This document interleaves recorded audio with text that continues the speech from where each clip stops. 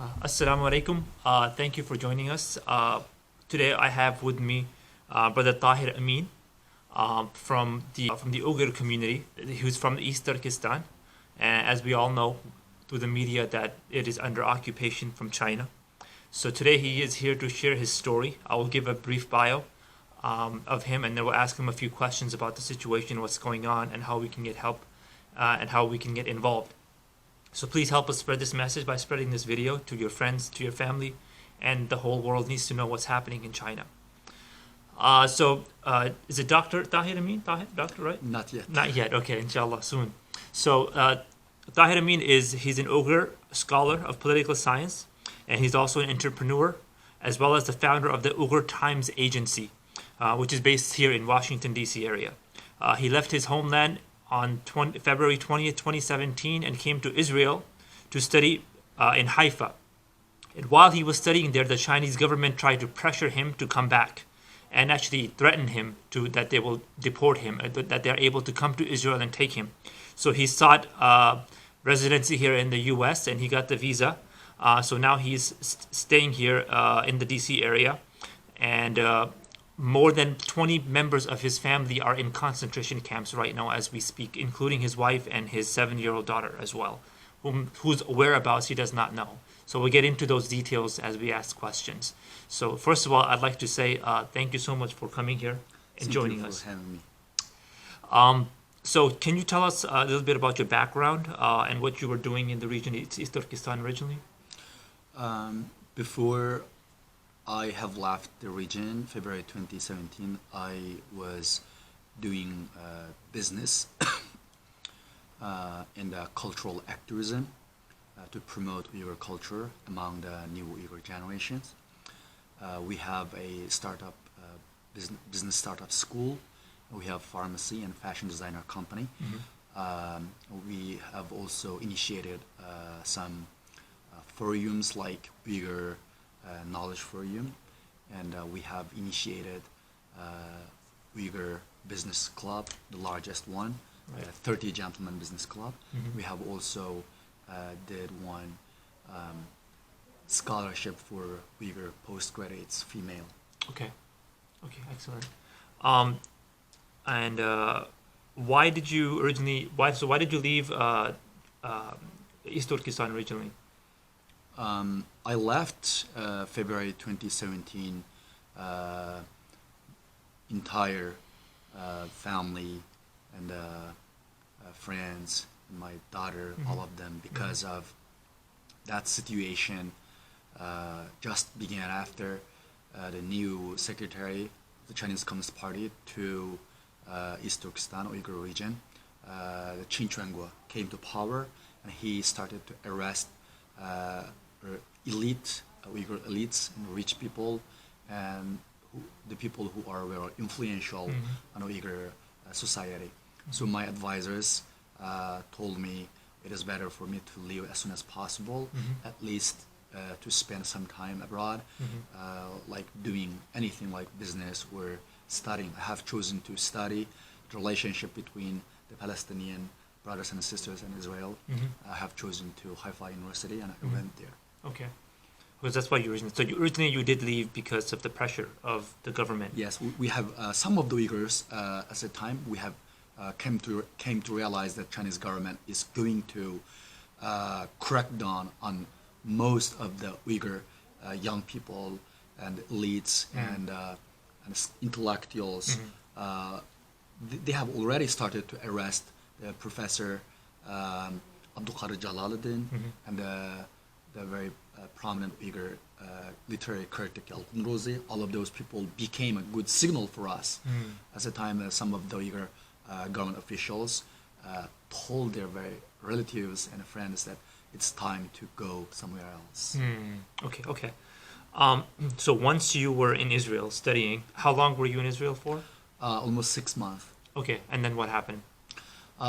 When I was there as a student, the Chinese police contacted me. They asked my number from my wife, and they told me all of the Uyghur students should come back, go back to China. I said, why? they said all of the Uyghurs, whether they are in Europe or Turkey or Egypt, and they have to come back, otherwise we will go and take them to China. And as an example, they have the Egypt government cooperated with the Chinese government and has deported more than 200 students Right. in May 2017, as it was reported by New York Times and other major media outlets. Okay. So I thought it is very urgent and immediate to go somewhere better to stay. So I have my friends in the United States, so Uyghur activists and scholars. They have advised me to apply for visa for United States. So I came to United States August 2017. At that time, the Chinese police said, we have very good relationship with Israel. If you don't go back to China, we can go and take you, or Israel government cooperate with us and arrest you. So I don't know is it true or not. Right. But at that time, as a student, I don't have any relationship with the local people, Right. the government, so I don't know what would happen next. So Okay. I have chosen to come to the United States. Okay. And how long was the process for you to? Was it difficult to get the visa to come here in the U.S. or was it immediate, quickly? At the time, it was very easy. At the time, U.S. Embassy was in Tel Aviv. It just took 7 days to apply and get a visa. It was very quick. Okay. And after that, I spent almost a month in Qudus, Jerusalem, and Masjid al-Aqsa. It was the Ramadan. It Right. was the Ramadan. I have completed the Salatul Ramadan, Salatul Eid Right. Ramadan في Masjid al-Aqsa, and then I came to United States. Okay. And you've been in the D.C. area since then. Yes, I have been living in DC area since I came to United States. Okay. Are you studying anywhere right now in the university here, or? Yes, I am studying Okay. university. Okay, excellent. So let's talk about your family. I know you said many of your family members are right now in concentration camps. Were they taken after you left Israel, and as like a basically as a reaction to your going to the U.S.? Was it because of that, or had they already been taken before that, or they had started already being taken before that? I really don't know how they arrest my stepmother, but I clearly got information that they have retaliated against my activism after I spoke to Al Jazeera, Atlantic, and some other BuzzFeed about my relationship with my wife was cut off because of the Chinese government, and then they have arrested my brother Adil, Right. and I heard that they have sentenced my brother Adil to 10 to 15 years. I don't know exact number, which is 10 or 15. Okay. And I also heard that they have sentenced my stepmother Tuhan to 15 years exactly. Okay. And I didn't know my mother was detained before in concentration camp, but I clearly know that they have retaliated and sentenced her after she was detained in concentration camp and sent her to prison. So far they have detained and sentenced my brother Adil, stepmother Tuhan, and my cousins Niaz Ali, my cousin Yusuf Qadir, my cousin Muhammad Yusuf. Okay. Yeah, there are a lot of other brothers and sisters in my family, relatives, not extended family, but my relatives. Okay. Do you still receive some sort of communication from the Chinese government through email or phone call, like threatening you or telling you still trying to pressure you to return? No. The last message from the Chinese police was May 2018. At the time, they have told me that I have to stop, otherwise my family members would be in more trouble. So I told this to United States, the government and my family, my Uyghur organizations here, and some other media outlets, they have reported on it. Since then, I haven't heard from any Chinese officials. Right. But on social media, some Chinese agents, I think, they have been doing a smear campaign against Uyghur activists, including me. Right. Some says when we are last month, I have made a video in Arabic to introduce Uyghur plight Right. to other brothers and sisters in Middle East. Right. Then they have started a smear campaign that I work for CIA. Right. There is no Uyghur issue in China, and we have a relationship with American government. American government doesn't care the personal life of the Uyghur people. We work here very hard. We study here very hard. The government agencies only work for the prominent Uyghur organizations, like how to what is your fact? What do you know about the Uyghur situation? That is their the cooperative point. Like the Congress, State Department needs some information. What about your family members? What happened to your Uyghur family members of the Uyghur people in the United States? Right. That is the very basic, very simple helping to American citizens. Yeah. But I am not American citizen yet. So the Chinese government doing that kind of smear campaign. Sometimes they send the knife, the photo of knife, as a signal that I would be in danger one day, like assassination. Right. Right. And sometimes they send photos of me with taken in a Congress activities with Han Chinese church members Right. or human rights activists. Right. They want to show that to Uyghur, the public, that Tahir take photo with Han Chinese, Right. and that they might be Chinese agents, but still work with those people. But when you look at those Han Chinese, they are the human rights activists who based in Washington D.C. and have very good relationship with other Uyghur organizations and United States government. So Uyghur people saw that and they said, this person who sent this photo is 100% Chinese agent. So they are continuing this kind of smear campaign. Okay. So since you've come to the U.S., actually two questions. One, in China, are there any Han Chinese people that are trying to stand up for the rights of the Uyghur population, or no? As far as we know, there are very few people who stood up for Uyghur people, and they were sentenced for long-term prisons. There is one person, Han Chinese, called Zhang. Right. He was sentenced for 19 years because he shared on his social media account that the Chinese government, what is Chinese government doing against Uyghur people is genocide. He was sentenced 19 years old, and his wife was saved by the Chinese Christians in the United States, China Aid, and she was brought to the United States.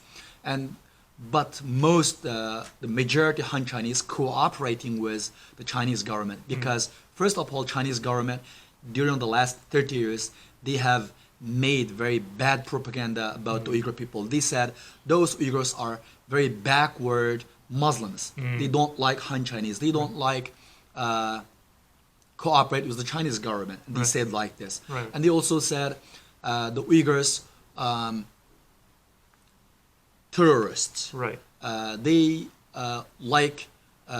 if we let them, if we allow those people practice the religion, they would be act like terrorists in Syria, Afghanistan, and Iraq. And Chinese government saying this campaign among the Han Chinese. This is the first campaign. Secondly, if Uyghurs are oppressed by Chinese government, the Chinese people also can benefit from this campaign because most of the Uyghur male, they were detained in the camps and they left their women, the young girls, and the young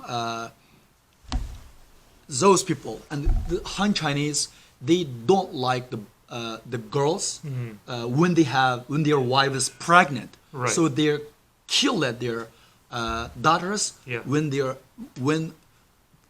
before Yeah. they were born. Right. So the Chinese population lack 30 up to 36 million Right. the Chinese women, Right, right, because the Han Chinese want a family planning system. right, right. They are allowed only to have only one child. Right. So this needs women to marry. Right. So they can benefit from this policy. This is first. Second policy they can benefit.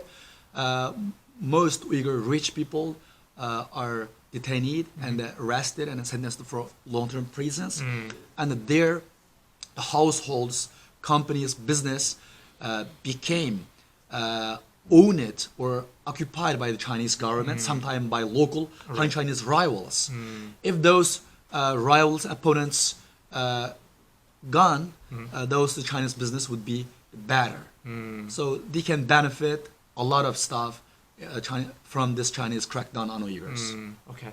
What about here in the U.S.? Are there any Han Chinese organizations that are, or people that are openly supporting the cause and pointing to the genocide of the Chinese community, the Chinese government? Yes, there are a lot of Han Chinese organizations across the United States, not only the Washington D.C. but also New York. Right. I have took part in some of their protests in front of the Chinese embassy. Yes. Last year, the Chinese Democratic Party they had a rally to support the Uyghur people. Okay. I made a speech, and they had also a 30 years anniversary of the Tiananmen Square massacre in 1989, Right. which the Chinese government, CCP, has killed more than at least 10,000 the protesters, young Han Chinese students. Okay. So those people are speaking on behalf of the Uyghur people to media and the American governments, but it's not enough. Right. We believe it's not enough, and according to a lot of media outlets, the majority Han Chinese in the Chinese mainland, they support the Chinese government oppression against the Uyghur people because we have differences a lot. We have so much differences. First of all, we are Muslim. We have different faith and religious belief. Right. They are atheist. Right. Majority Han Chinese are atheists. They don't believe Right. anything. Right. Secondly, we speak Turkish language. The Han Chinese speak the Chinese language. Right. Right. And ethnically, we belong to the Mongoloid European race, Right. and they belong to Han Chinese race, and they can recognize at the first look. They say you are sometimes the people who are not familiar with the Uyghur people. They see us as a foreigners, Right. even inside China. Right. Ethnically, also we are different. Historically, culturally, everything is totally different from Han Chinese. Okay. So we usually we don't get married with the Han Chinese, and we don't eat their food. We don't stay in the same area with Han Chinese, but everything is changed after the new policy began, the May 2017. Okay. Okay. Okay, and I remember you told me that you were also in prison for a few years. So can you tell me why you went to prison and some of your experience, what happened there? It was almost 14 years ago. In 2005, I have written an article titled Uyghur Culture in Danger. At the time, the Chinese government exported a lot of Han Chinese migrants from inland China to Uyghur region, Right. East Turkestan. Right. And, and we have seen so much Han Chinese. They occupied the good business, good places, and Uyghur culture and Uyghur identity was neglected, started to be neglected. Right. So I thought it's time to concern about the future of Uyghur culture. So I wrote that article. The Chinese government saw it as a very, very Like an attack on their... yes. They thought my article as a strong opposition to their policy. They have arrested me and interrogated around 3 months just for one article, and I spent almost 24 months in prison, around 14 months in one very tiny jail room, and a 10 months in labor camp. Okay. So I remember you said that you were tortured a little and kind of pressured in different ways. So if you can talk about that a little bit. Yes. Any Uyghurs, especially the Uyghurs who believe they have a very strong identity, different from Han Chinese, they are used to be considered as a threat, even the public enemy. Right.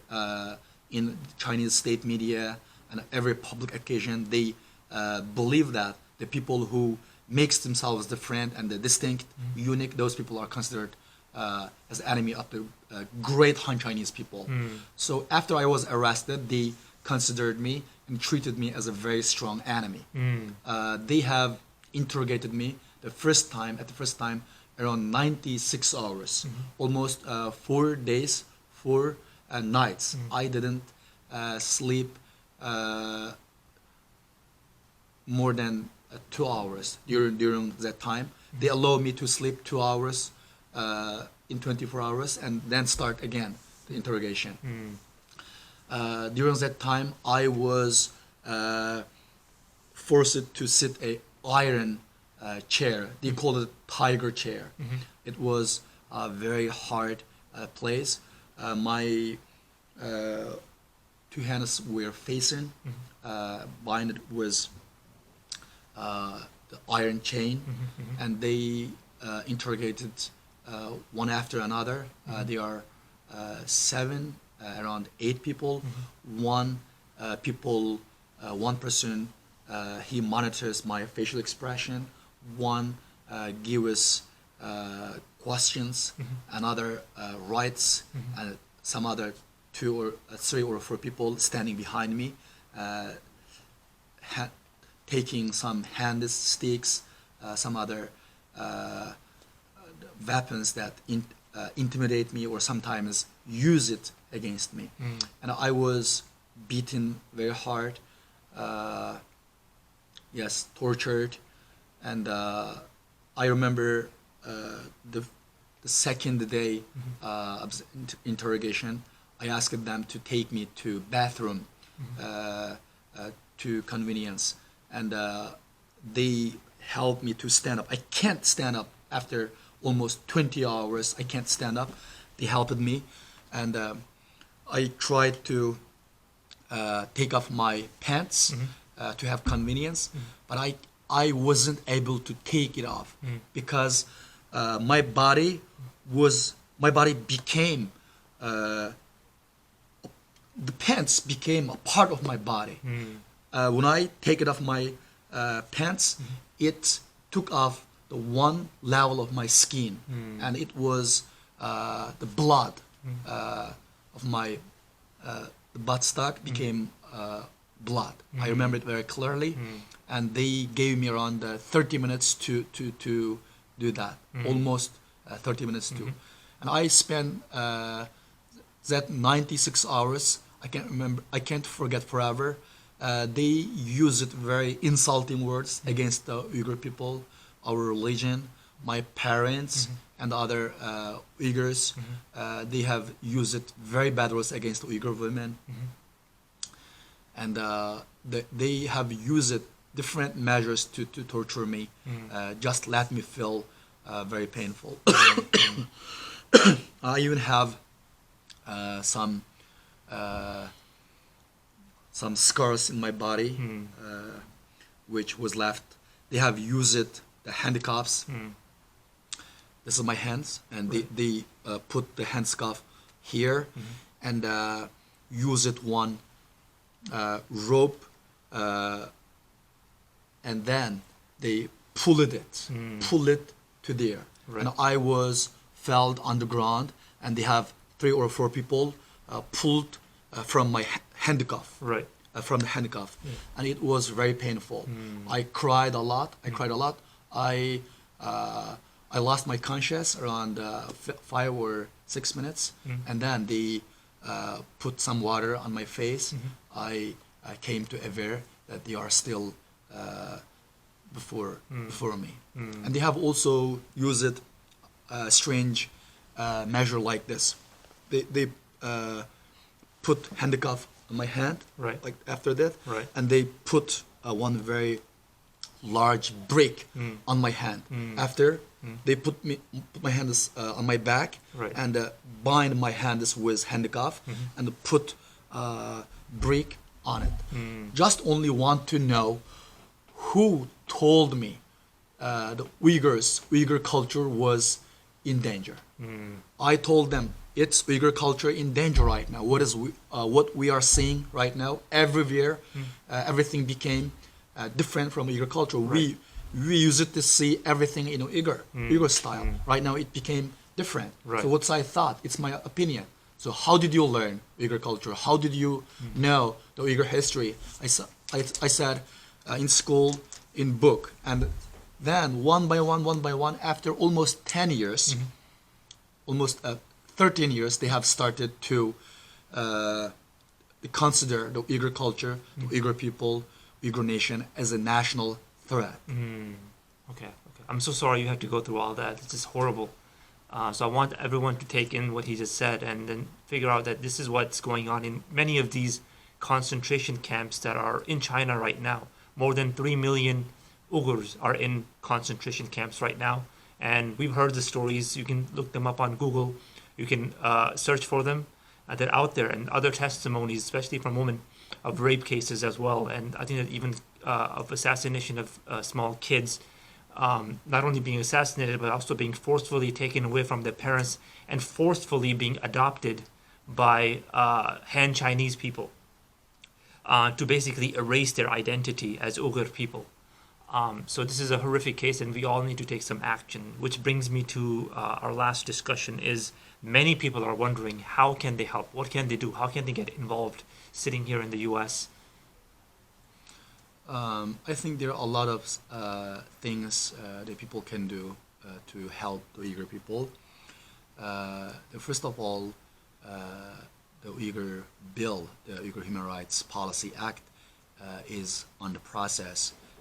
It was passed by the U.S. House of Representatives the last December, and it's in the Senate right now.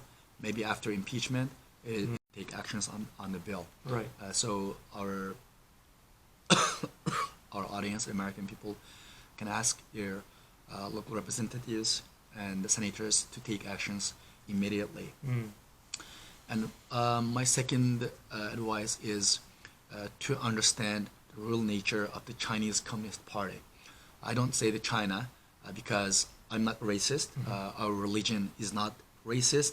Our people are not racist. My parents also did not tell me that Chinese are bad people. But I want to say that Chinese Communist Party is more than a racist. They are fascist. They are criminals and they are terrorists, the actual terrorists of the world, the largest terror organization on the planet. And so when the people understand the real face of China, they would realize that they don't have to buy any Chinese products that was sponsored by Chinese Communist government, Right. and to support the Chinese Communist government. So any Chinese products would be use it against Uyghur people. Many of them were made in those concentration camps and labor camp. The news came out lately that Chinese Communist Party has already transformed those concentration camps into labor camp. People are being forced to work for more than 14 hours a day without any freedom of movement. They can't see their family members, and they have to work under surveillance and monitor. And they are like the slaves. And the New York Times also reported that China created the laborers slaves in 21st century. Right. It's true, because if Chinese government free those people would be would take actions against the Chinese government. So they Right. said it's better to take them, to put them under control in labor camp. I think people boycott the Chinese products. Okay. I also hope our brothers and sisters write letters and take actions any moment or to ask the Olympic Committee, International Olympic Committee, to boycott the Chinese 2022 Olympics. It's very important because it was boycott before Right. by Russia when it was sponsored by Russian government. Right. So it's time to boycott of the Chinese Olympics. The people can also help the Uyghur organizations. We have a lot of organizations around the world: World Uyghur Congress, Uyghur Human Rights Policy Act, and Uyghur National Network, Uyghur Times. All of them are working on behalf of Uyghur people. We need so much people, techniques, and resources. So we need support from our friends and brothers and sisters. Yes, we also need our brothers to make dua for us. So much people separated from their family members. Right. It's true and it's urgent. It's not necessary for me to tell my story if it is not true. It's real and very urgent. And we believe that it's immediate genocide and covert secret genocide. So more people should know, more people take actions, anything they can do to stop the Chinese government from this genocide. Okay. So there you have it, folks. As you heard Brother Tahir tell us the great details of what's happening in China and how we all need to take care of to try to basically help them in any way we can. The least we can do is make dua for them. But there are a lot of other good things that he mentioned that we can do, including trying to boycott Chinese products, reaching out to our representatives, as well as trying to boycott or pressuring the world leaders to boycott the Olympics in China, in Beijing. Are there, and my last question here is, are there any human rights organizations, Uighur human rights organizations here in the U.S. that people can get in contact with? And also, yes. how can people get in contact with you as well? People can get contact with me through uighurtimes@gmail.com. Uighurtimes.com is our website. Also, they can reach out and understand more about the Uyghur people at unn.tv, Uyghur National Network TV. It's all about the Uyghur people. Okay. We have proof-based facts and documentaries and videos Right. in different languages. They can understand it. And yes, we have Uyghur National Network, as I have mentioned, Right. Uyghur Human Rights Project. Okay. They are working on behalf of Uyghur people and Uyghur human rights. Okay, excellent. Okay, so thank you for joining us and watching this video. Please make sure you share it with your family and your friends and get the word out. We need this story to go viral if possible. And we want everyone to know what's going on in China so we can all work together to try to pressure to change. Change only comes when we all come together and try to make a change. So thank you so much for joining us. And thank you so much for being here. Thank you so much.